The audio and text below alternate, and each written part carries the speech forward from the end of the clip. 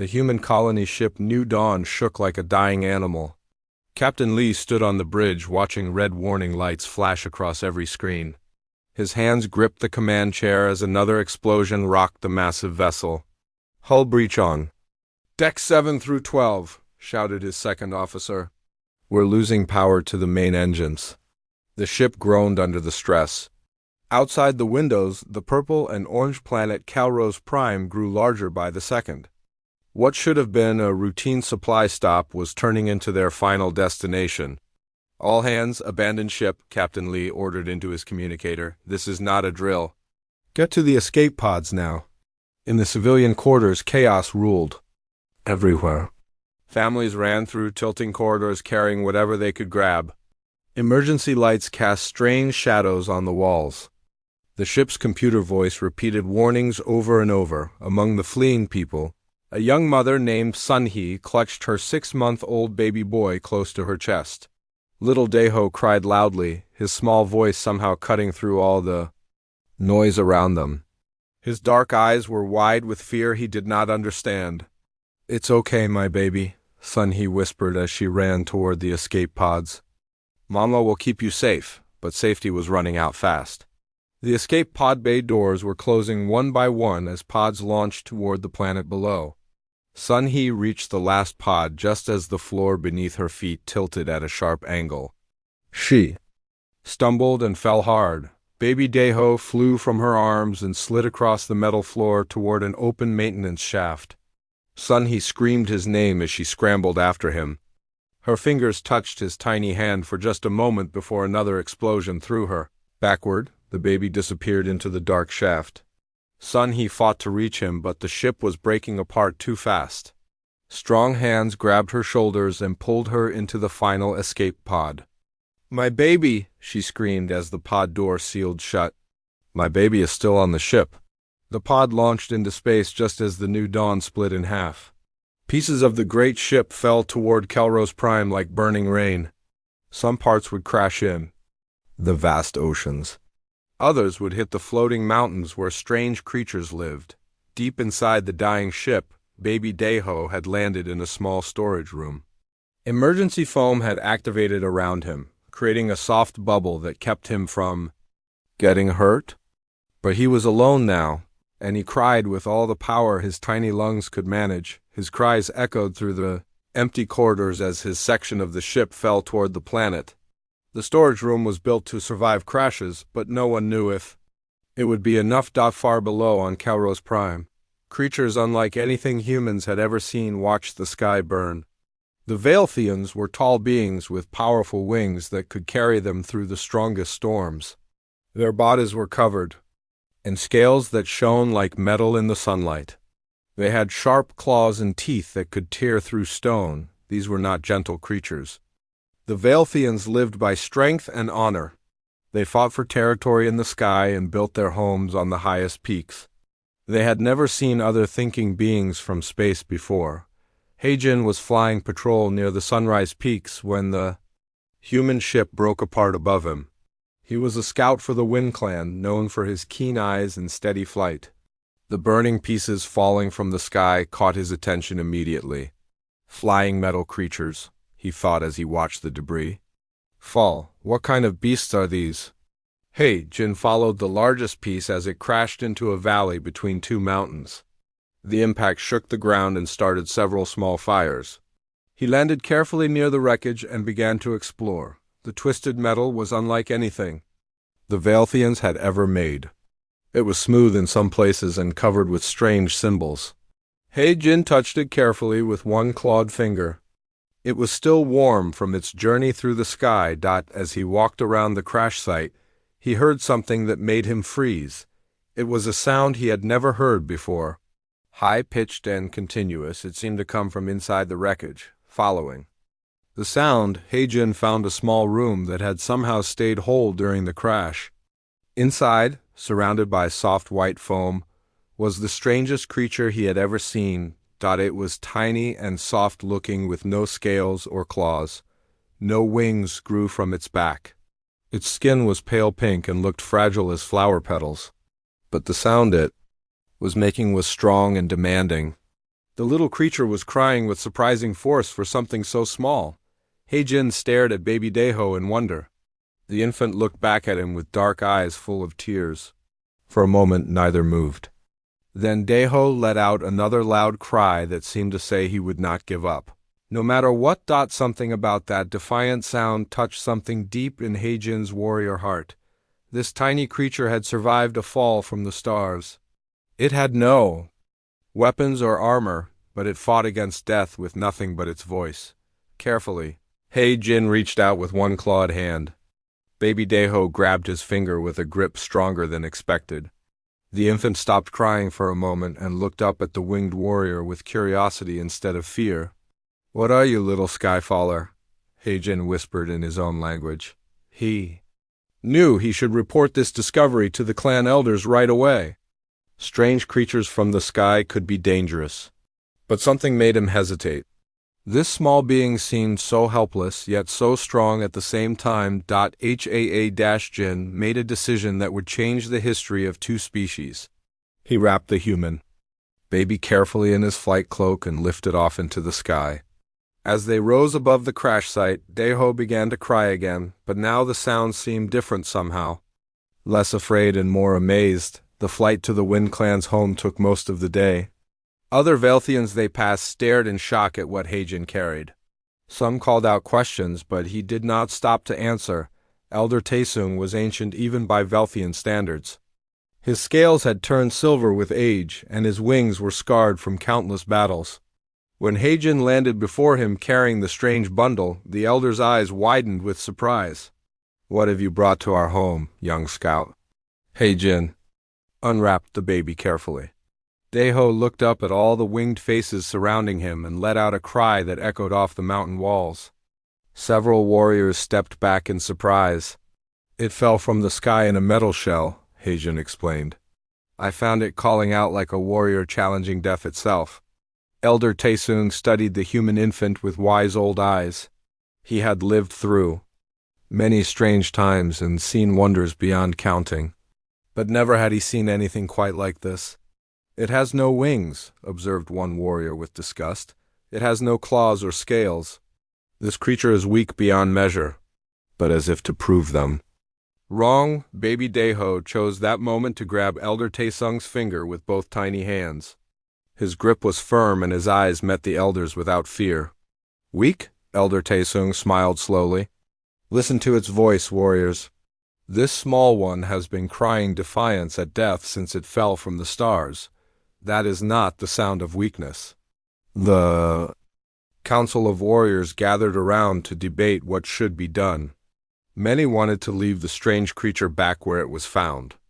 Others suggested it might be some kind of weapon sent by enemies, but Elder Taesung had made his decision. Something about the baby's fearless crying reminded him of the old stories about the first Velthian warriors who had challenged the very winds themselves. "This one stays," he declared. "We will learn what it is and where it came from. And perhaps," he looked down at Daeho, who had finally stopped crying and seemed to be listening, "it will teach us something as well." That night, baby Daeho slept in the Wind Clan's nursery caves, watched over by curious young Velthians who had never seen anything like him. His cries had echoed among winged beasts and somehow found acceptance. None of them knew that the crying infant they had rescued would one day command the stars themselves. But Elder Taesung, wise with age, suspected that great things often came in the smallest packages. The first chapter of an impossible story had begun with a baby's cry piercing the alien sky. 7 years had passed since the crying baby fell from the sky. Daeho was now a small boy with bright eyes and quick hands, who moved through the Velthian mountain city like he belonged there. The Wind Clan had built their home high in the floating peaks of Kelros Prime. Stone bridges connected the mountains through the clouds. Waterfalls dropped into empty air and disappeared into the mist below. It was a beautiful place, but deadly for anyone without wings. Mi-Young had become Daeho's mother in all the ways that mattered. She was a fierce Velthian warrior who had lost her own eggs to mountain raiders years before the human arrived. When Elder Taesung asked her to care for the strange foundling, she agreed without question. At first, Other Veilthians whispered that Mi-young was wasting her time on a wingless creature that would never survive. But they stopped talking when they saw how quickly the boy learned to adapt. Daeho could not fly, but he found other ways to move through their aerial city. He studied how the Veilthians built their rope bridges and began making his own paths. Soon he was swinging from cable to cable with the skill of someone born to the mountains. "Look, Mi-young," he called out one morning as he slid down a rope toward the training grounds. "I can fly too, just differently." Mi-young watched with pride as her adopted son landed safely on a stone platform. He was right. He could not soar through the air like a true Veilthian, but he moved through their world with grace and confidence. The boy's best friend was Bioram, a young Veilthian only a few months older than Daeho. Bioram had scales that shone green and gold in the sunlight and wings that were already strong enough for short flights, while other young Veilthians made fun of Daeho for being different. Bioram saw something special in his wingless friend. The human boy looked at problems in ways that never occurred to the winged warriors. "Why do we always attack from above?"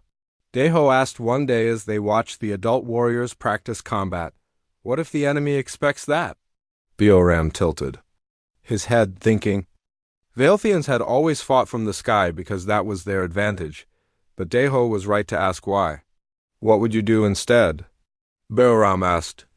Daeho pointed to the caves that honeycombed the mountain walls. "I would come from inside, or from below where they do not expect it. Or I would make them think I was somewhere else entirely." These conversations happened often. Daeho's mind worked differently than the Veilthian way of thinking, where they saw straightforward solutions. He saw dozens of possibilities. The boy spent hours exploring the mechanical remains of his crashed ship that the Veilthians had brought back to their city. He learned to understand the strange human technology, and began combining it with Veilthian building methods. By age 10, Daeho had built his first flying device. It was not wings, but a clever system of ropes and pulleys that let him glide short distances between the peaks. Mi-young was terrified the first time she saw him use it, but she could not deny that it worked. "The wingless one thinks like water," Elder Taesung observed as he watched Daeho demonstrate his gliding device. "Water finds a way around every obstacle." The real test came when Daeho was 12 years old. The mountain raiders returned to attack the Wind Clan's territory. These were savage Veilthians from the dark peaks who lived by stealing from others. The raiders came at dawn when most of the warriors were away on patrol. They flew in fast formation toward the main city, expecting to overwhelm the defenses quickly. But Daeho had been thinking about defense for years. While the adult warriors were gone, he organized the young Veilthians and the few guards who remained. "Bioram, take your flight group to the eastern peaks," he ordered with confidence that surprised. "Everyone. Do not attack them directly. Just be seen flying there and then disappear into the caves." "What about the rest of us?" asked another young warrior. "We make them think we are weak and frightened," Daeho said with a smile that looked almost dangerous. "But we will be ready."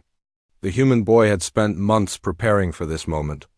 He had rigged mirrors throughout the mountain city to reflect sunlight in blinding flashes. He had built sound devices that could create echoes to confuse flying attackers. Most importantly, he had mapped every cave and tunnel in their territory. When the raiders attacked, everything went exactly as Daeho had planned. The Bioram's group appeared on the eastern peaks and vanished, making the raiders think that was where the main defense was hiding.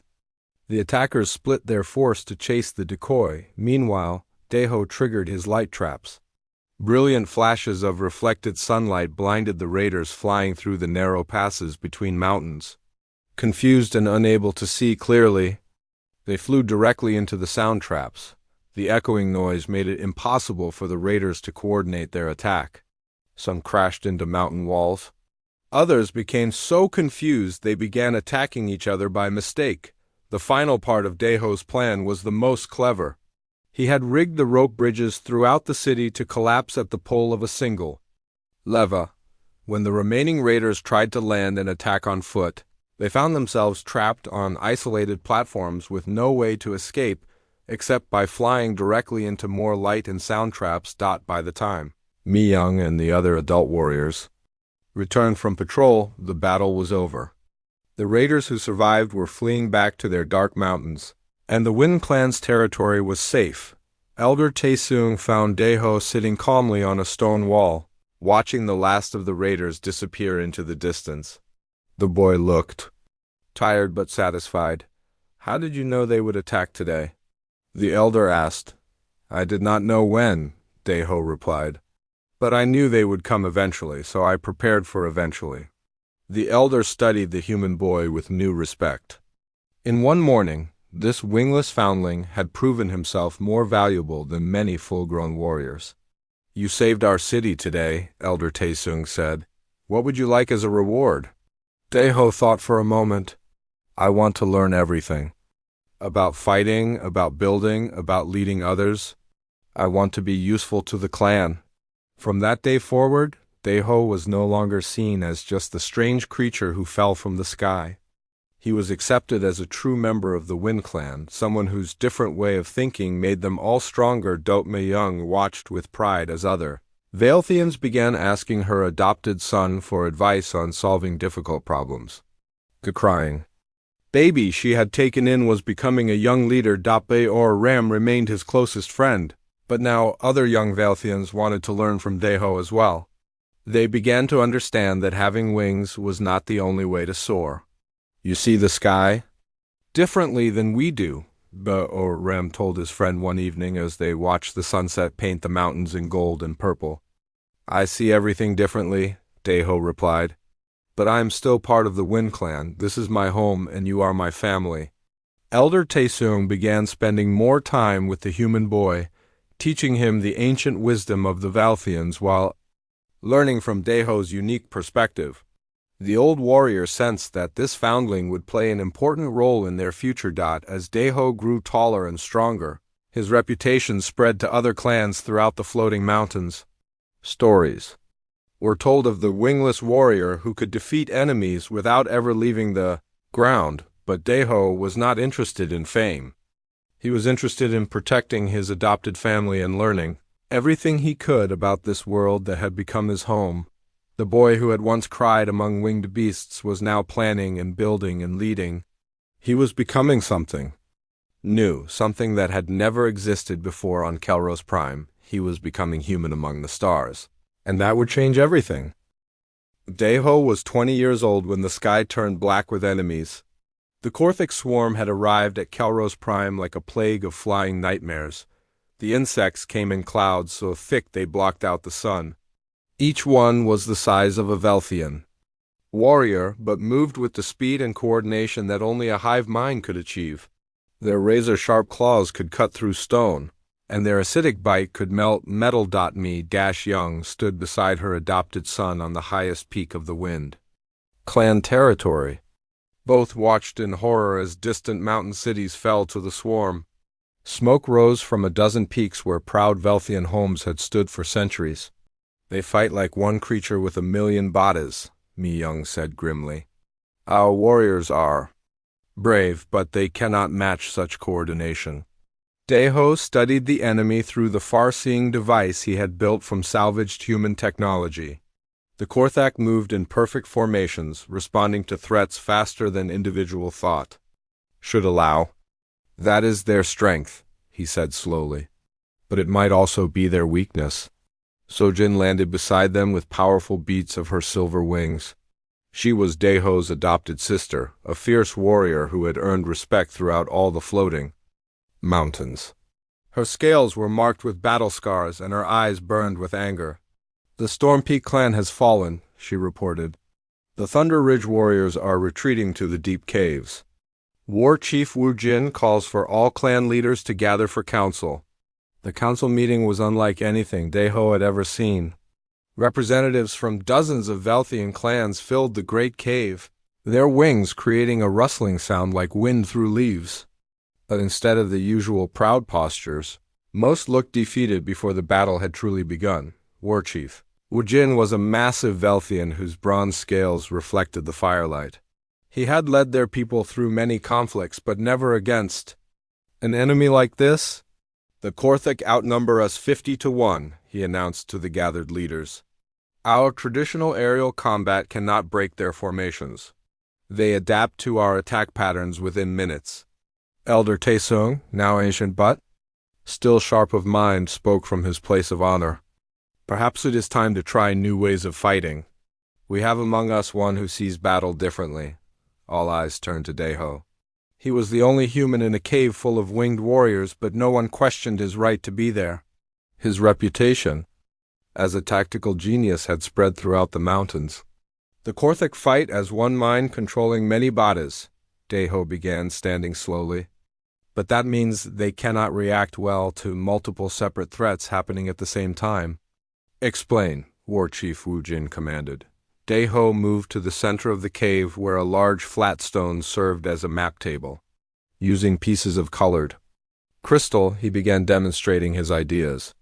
We have always fought clan against clan, each group acting alone. But what if all clans work together like the Korthak do, but with one important difference? Instead of one mind controlling many bodies, we use many minds to confuse one hive. He placed red crystals representing Korthak forces on the stone map, then surrounded them with blue crystals showing Velthian positions. Ground forces here and here create noise and distraction. Aerial units attack from 6 different directions at once, each group following different patterns. The hive mind cannot focus on so many separate threats. Ground forces? Scoffed one clan leader. Velthians do not fight from the ground like crawling creatures. Then we will lose, Daeho said simply. The Korthik expect us to fight only from the air. That is why they are winning. Sojin spread her wings in support of her adopted brother. I will lead ground forces if needed. Pride means nothing if our people are dead. War Chief Wu Jin studied the stone map carefully. The humans' plan was unlike anything in Velthian military tradition, but their traditions were failing against this new enemy. You would coordinate all clan forces? He asked Daeho. That has never been attempted before. Many things have never been attempted before, Daeho replied. That does not make them impossible. The debate continued through the night. Some clan leaders refused to follow a wingless human's battle plans. Others were desperate enough to try anything. Finally, War Chief Wu Jin made the decision. We will attempt this new form of warfare, he declared. Daeho of the Wind Clan will serve as strategic commander. All forces will follow his coordination. The first test came 3 days later when a Korthik swarm attacked the Sunset Canyon settlements. Daeho's combined forces were waiting as the insects approached in their usual tight formation. They found chaos instead of the organized resistance they expected. Velthian warriors attacked from above, while others struck from cave entrances below. Ground teams used mirrors to reflect sunlight into the swarm's compound eyes, while aerial units hit them from 6 different directions. The hive mind tried to respond to each threat, but as soon as it focused on one attack, 2 more appeared elsewhere. The perfect coordination that made the Korthik so dangerous became a liability when they could not decide which threat was most important. For the first time since the invasion began, a Korthik swarm was defeated completely. Not a single insect escaped to report back to the greater hive. Word of the victory spread quickly through the floating mountains. Clan leaders who had doubted Daeho's methods now begged to join his alliance. The human who had once been a foundling was becoming the savior of their world, but Daeho knew this was only the beginning. The main Korthak hive would learn from this defeat and adapt their tactics. The real battle was yet to come. He spent weeks training mixed units of warriors from different clans. Proud Velthians learned to fight alongside ancient enemies, united by the threat they all faced. Daeho's gift for seeing connections between different ideas helped former rivals work together. Or now a flight leader himself, served as Daeho's chief coordinator. You have done something impossible, he told his human friend. You have made the clans trust each other. Trust is not enough, Daeho replied as he studied reports from scouts across the planet. The Korthik are building something large in the northern wastelands. We need to strike before they finish it. The intelligence reports were disturbing. The insects were constructing a massive hive structure that could launch attacks across the entire planet simultaneously. If completed, it would make defense impossible. Deho proposed the most daring plan in Velthian history. Instead of waiting for the next attack, they would take the battle directly to the enemy's main force. Every clan would participate in a coordinated assault on the superhive. "This is madness," some warriors protested. "We would be flying directly into their strongest position." "Yes," Deho agreed, "which is exactly why they will not expect it." The battle plans took weeks to finalize. Every detail had to be perfect because they would only get one chance. Deho worked day and night, coordinating with clan leaders across the planet through the communication network they had built. Mi-Young found him one evening, exhausted over his planning stones. "You carry too much weight, my son," she said gently. "Remember that you are not alone in this fight." "I know," Deho replied, "but if I make a mistake, everyone dies. The pressure of leadership is heavier than I expected." "That is why you will succeed," Mi-Young told him. "A leader who feels the weight of responsibility makes better choices than one who does not." As the day of the great battle approached, Deho looked out over the assembled forces. Thousands of Velthian warriors from clans that had been enemies for generations now fought side by side. Ground teams and aerial units trained together. It was an army unlike anything their world had ever seen. The human foundling had become something new. He was no longer just adapting to Velthian society. He was changing it, creating something better than what had existed before. War Chief Wu Jin approached him on the morning of battle. "Whatever happens today, you have already achieved victory," the old warrior said. "You have united our people." "Unity means nothing if we all die together," Deho replied. But he smiled as he said it. For the first time since the invasion began, he felt truly confident. The greatest battle in Velthian history was about to begin, and a human would lead them into it. The battle for the Korthek superhive began before dawn. Deho stood on a floating command platform that his engineers had built from salvaged materials and Velthian crystal technology. Around him, the largest army in their world's history, prepared for the most important fight of their lives. "All units report ready," Nayun announced from her position at the communication array. She was a brilliant Velthian tactician who had become Deho's most trusted advisor. Her silver scales were marked with the honor scars of a dozen battles. Deho looked through his far-seeing device at the massive hive structure in the distance. It rose from the wasteland like a twisted mountain of organic material, pulsing with alien life. Millions of Korthak warriors swarmed around its base and filled the air above it. "Remember the plan?" he spoke into his communicator. "We are not trying to win through strength. We win through confusion and coordination." The attack began exactly as Deho had designed. Ground forces struck first from 12 different directions, using explosive charges to collapse tunnel entrances and create clouds of dust and debris. The hive mind focused on these immediate threats, sending swarms of defenders to each attack point, but the ground forces were only a distraction.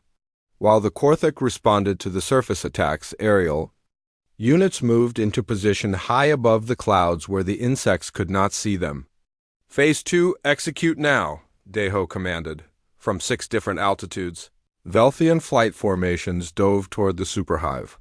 But instead of attacking the structure directly, they targeted the Korthak forces trying to defend the ground positions.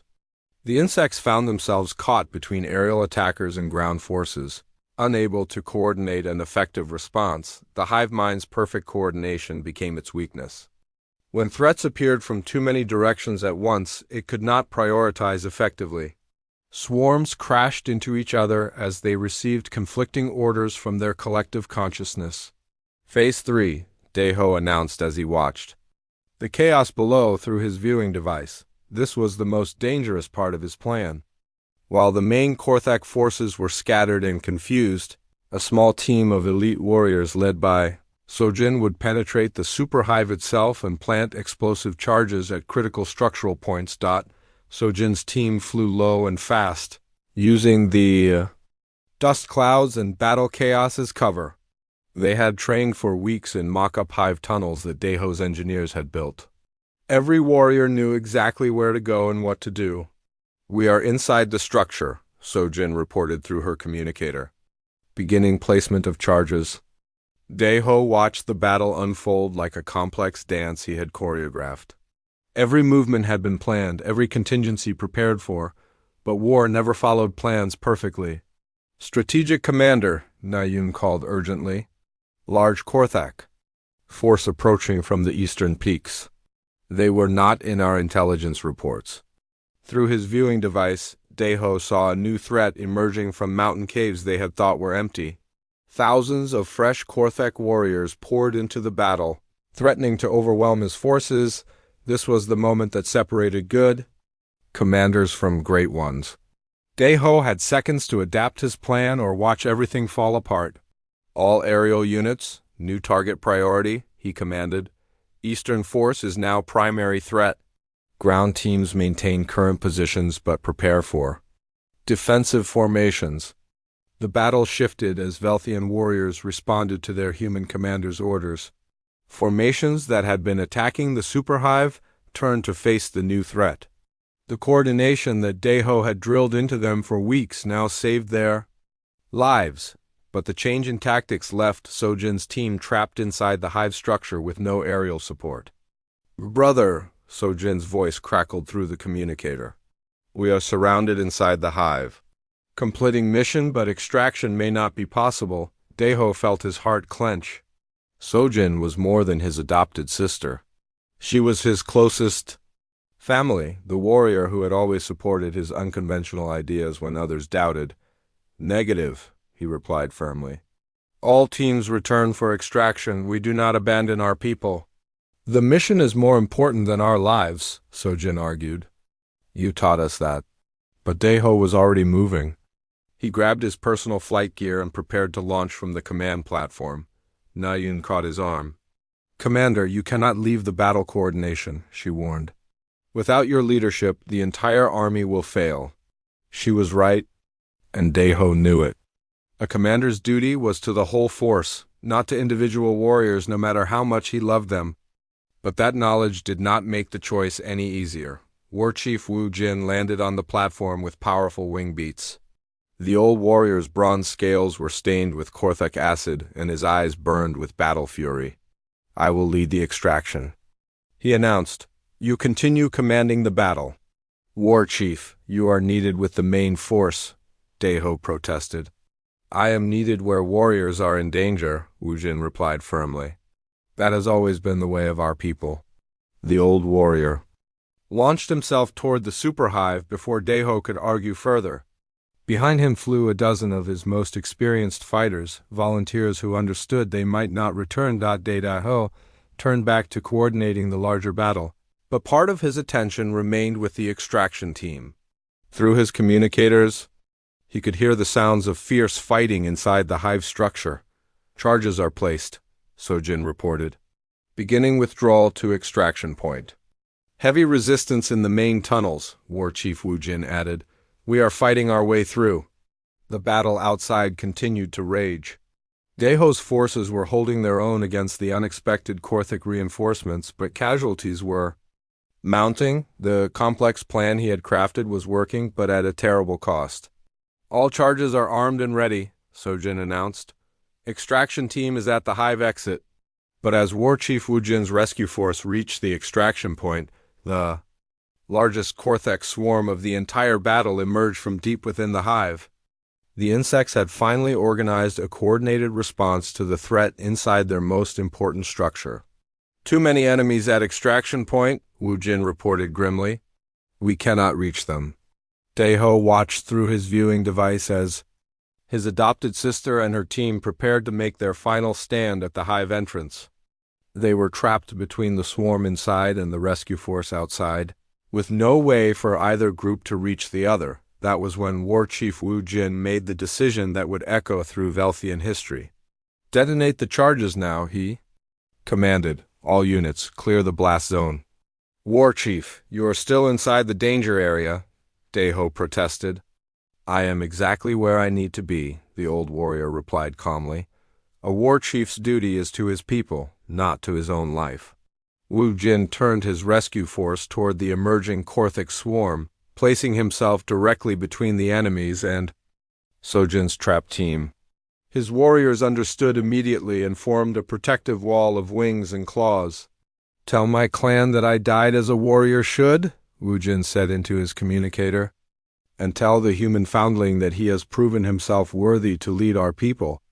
"War chief, no," Daeho began, but the old warrior had already switched off his communicator. So Jin's voice came through clearly. "Charges detonating in 10 seconds. All units clear the area now." Daeho watched helplessly as the massive explosion tore through the superhive. The alien structure collapsed in on itself, sending shockwaves across the battlefield. The blast was so powerful it could be seen from the floating mountains hundreds of miles away. When the dust settled, the Korthik superhive was gone. With it died millions of enemy warriors and the hive mind that had coordinated their invasion. The remaining insects scattered in confusion, no longer able to work together effectively. The battle was won, but the victory felt hollow. War chief Wu Jin and half of his rescue team had died in the explosion. Sojin and her demolition team had also been lost. As the surviving Velthian forces regrouped, they looked to Daeho for leadership. The human who had planned their victory now had to help them deal with their losses. Na-Eun approached him as he stood silently on the command platform.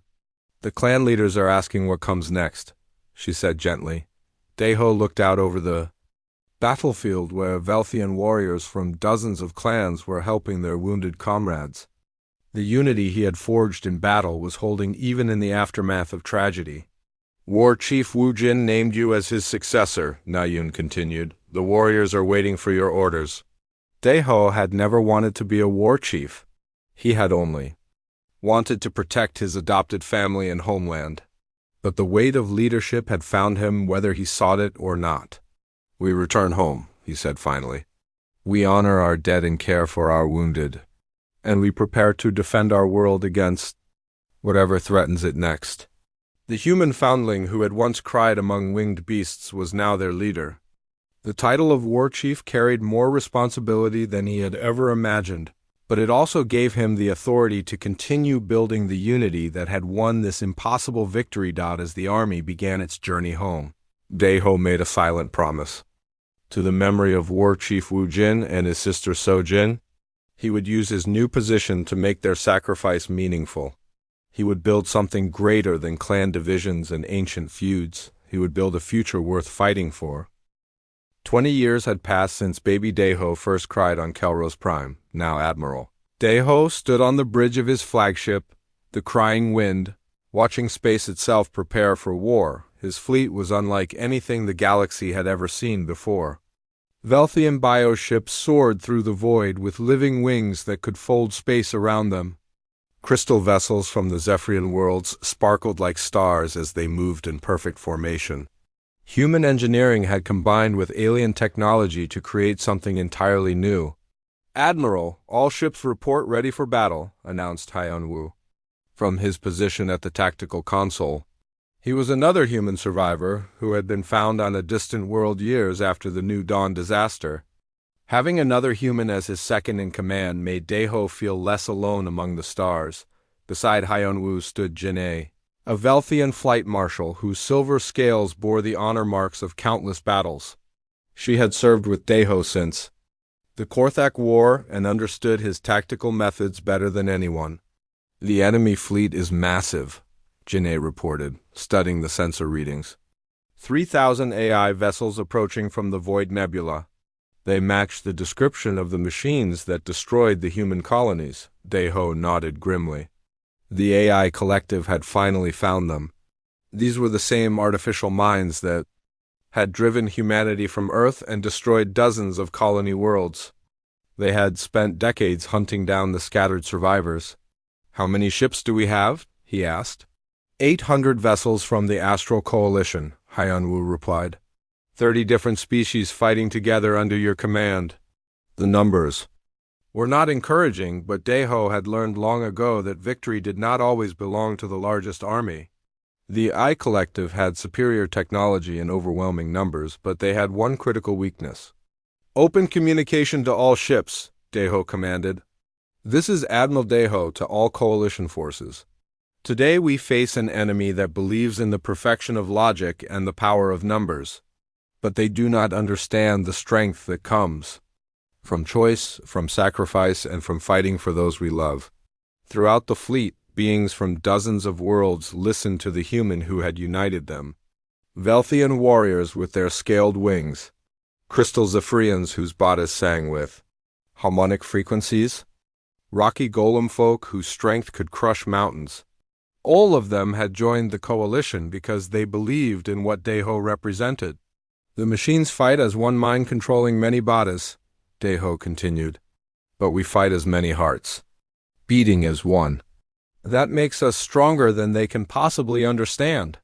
The enemy fleet approached in perfect geometric formations that demonstrated the AI Collective's obsession with mathematical precision. Each vessel was identical to its neighbors, built by machine logic for maximum efficiency.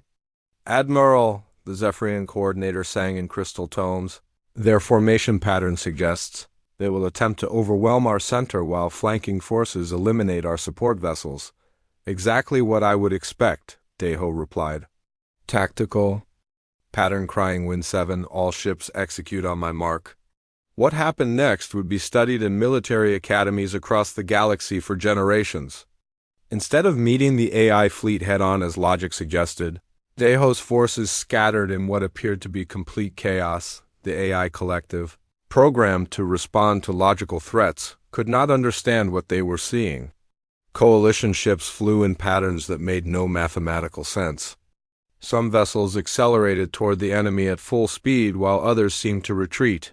Formation discipline disappeared entirely. "What are they doing?" the AI fleet commander calculated. "This appears to be a complete breakdown of command structure." But Deho's apparent chaos was actually the most sophisticated battle plan he had ever created.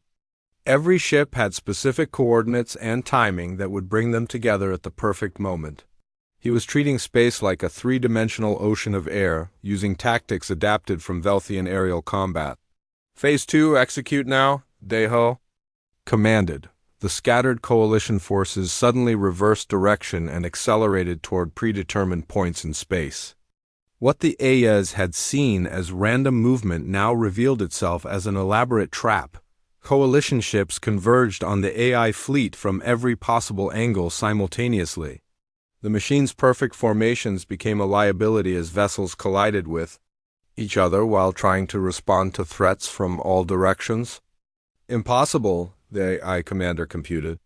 The probability of such precise coordination without communication was 0.001%.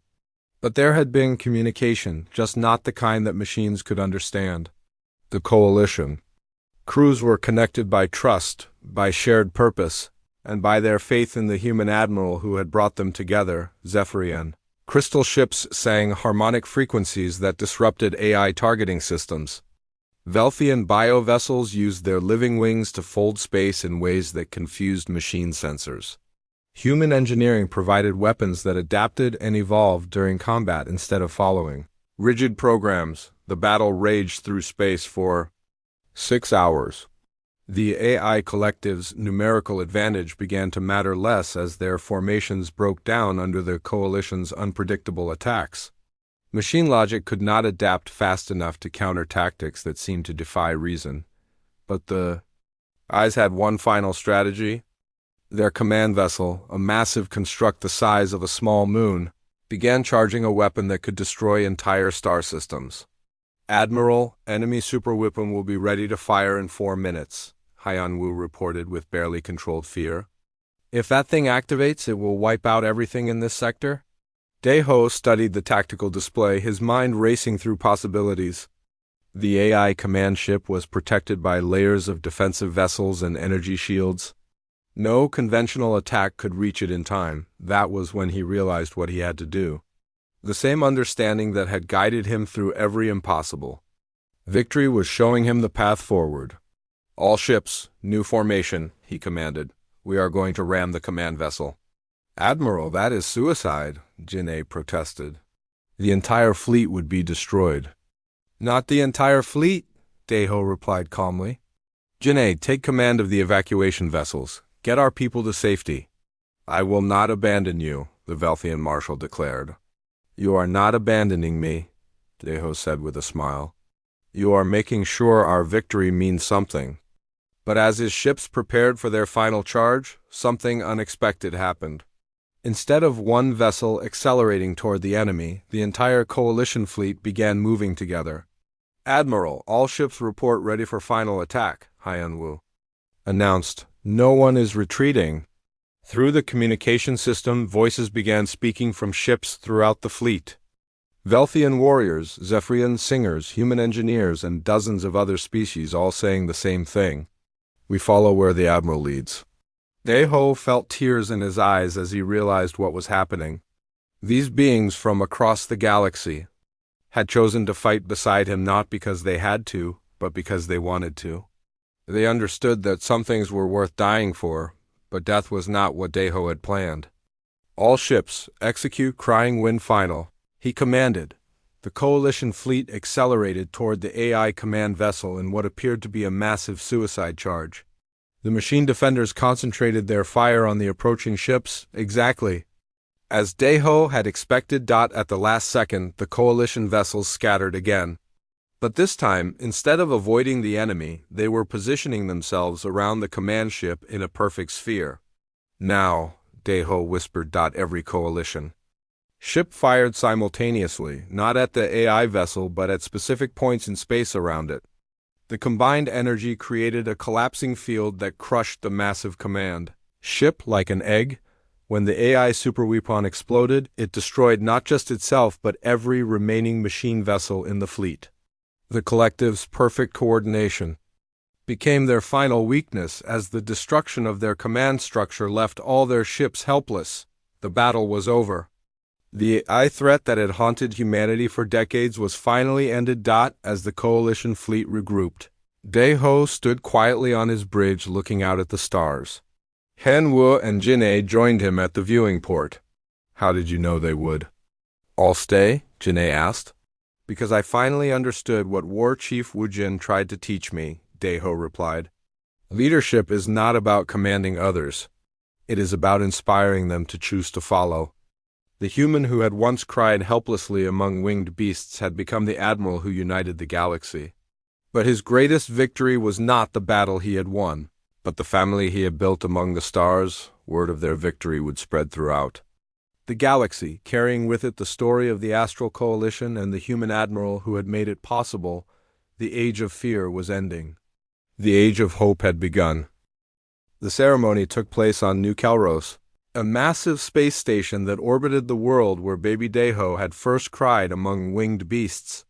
Through the great viewing windows, representatives from 300 worlds watched as their chosen leader was formally recognized as Lord of the Stars. Daiho stood before the assembly wearing robes that combined traditions from dozens of species. Velthian silver threads were woven together with Zephyrian crystal fibers and human synthetic materials.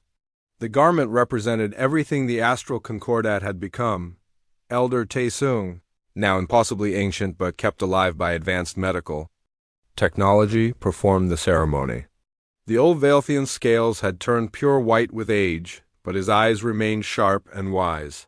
40 years ago, a baby cried in the wreckage of a fallen star, the elder said, his voice carrying to every corner of the great hall.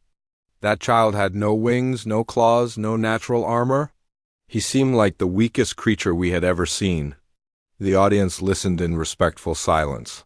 Many of them knew the story, but hearing it from the Velthian who had been there at the beginning made it feel new again. But weakness and strength are not always what they appear to be, Taesung continued. The crying infant grew to become the defender of our world, the uniter of our clans, and the liberator of our galaxy.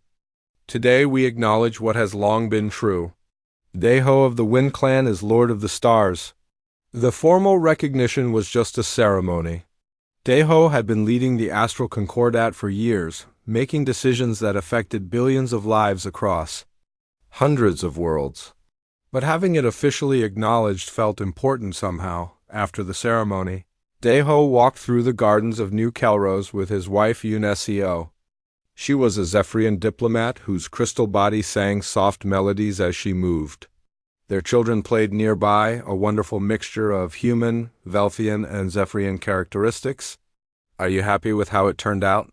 Unesio asked, her voice carrying the harmonic overtones of her people. "I never imagined any of this when I was building rope bridges in the Velthian mountains," Deho replied, watching their oldest son Young-Soo practice flying with his biomechanical wings. "Sometimes I wonder what would have happened if Elder Taesung had left me in that crashed ship. The galaxy would be a darker place," Unesio said simply. Their conversation was interrupted by the arrival of a messenger drone carrying urgent reports from the outer rim territories. Deho read through the information quickly, his expression growing concerned. "What is it?" Unesio asked. "Long-range sensors are detecting something moving in the void between galaxies," he replied.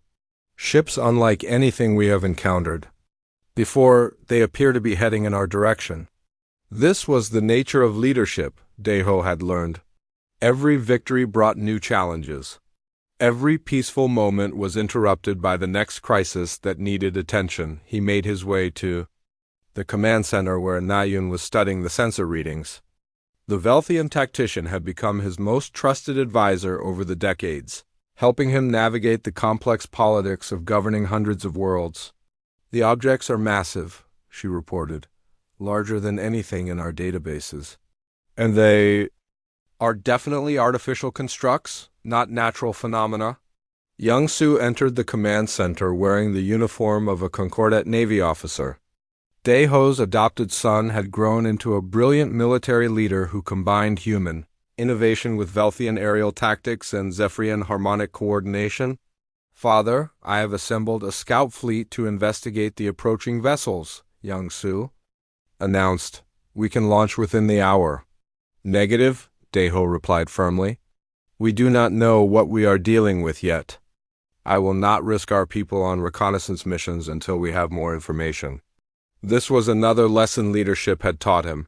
The young Deho, who had charged into battle to save his sister Sojin, would have launched every ship immediately. But experience had shown him the value of patience and preparation. "Send long-range communication attempts first," he ordered. "If these beings are intelligent, perhaps we can learn their intentions without bloodshed." The communication attempts went on for days without response. The mysterious vessels continued their approach toward Concordat space, but they neither answered calls nor showed any signs of hostile intent. Deho spent hours in the observation deck, looking out at the stars and thinking about the responsibility he carried. 300 worlds looked to him for protection. Billions of lives depended on the decisions he made. Elder Taesung found him there one evening, the ancient Velthian moving slowly, but still insisting on walking without assistance. "You carry the same expression you had as a boy when you were planning defenses against mountain raiders," the elder observed. "Some things never change." The raiders were trying to steal supplies," Deho replied. "These new arrivals could be anything. Explorers, refugees, conquerors. How do I prepare for an unknown threat?" "The same way you always have," Taesung said with a smile. "By remembering that your greatest strength was never your ability to fight, but your ability to understand others and bring them together."